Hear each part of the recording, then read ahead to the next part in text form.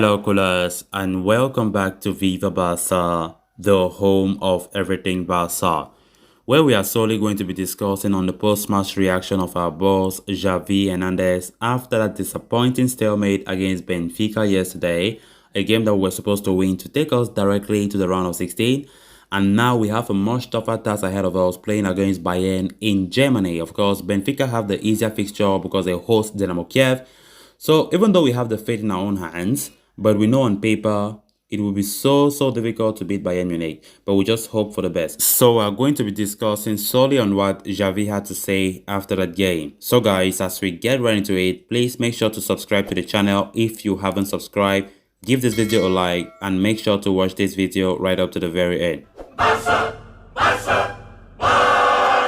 Xavi is optimistic Barca can beat Bayern next month after that goalless draw yesterday against Benfica, which left our Champions League hopes hanging in the balance.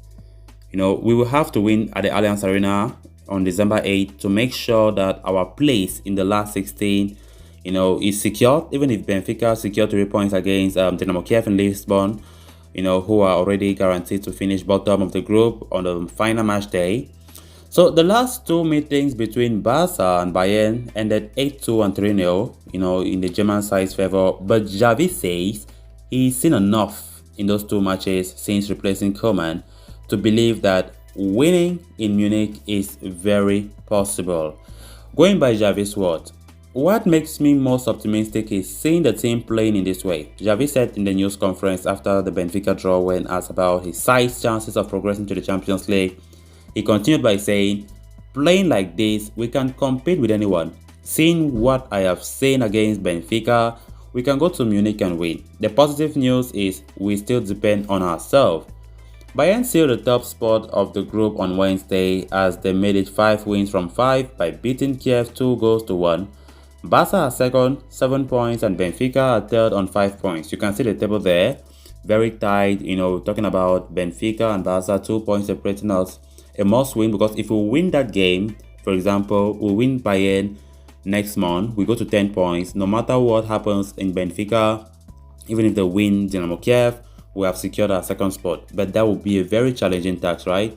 So in the event Barca and Benfica finish level, for example, Benfica would advance with a superior head-to-head because they won us 3-0 at their stadium and 0-0, so they have the upper head-to-head record, right? Barca would have booked their place yesterday had it been we won that game, right? Automatic would have gone to the round of 16, but we failed to make the most of our chances. We dominated the game, but we failed to make the most of the chances. Yusuf Demi hit the bar. Araujo had a goal rolled out for offside. Frankie de Jong header was safe, a very good header. Memphis Depay wasted 2 great chances, but Barca were unable to find the breakthrough. That's just the problem.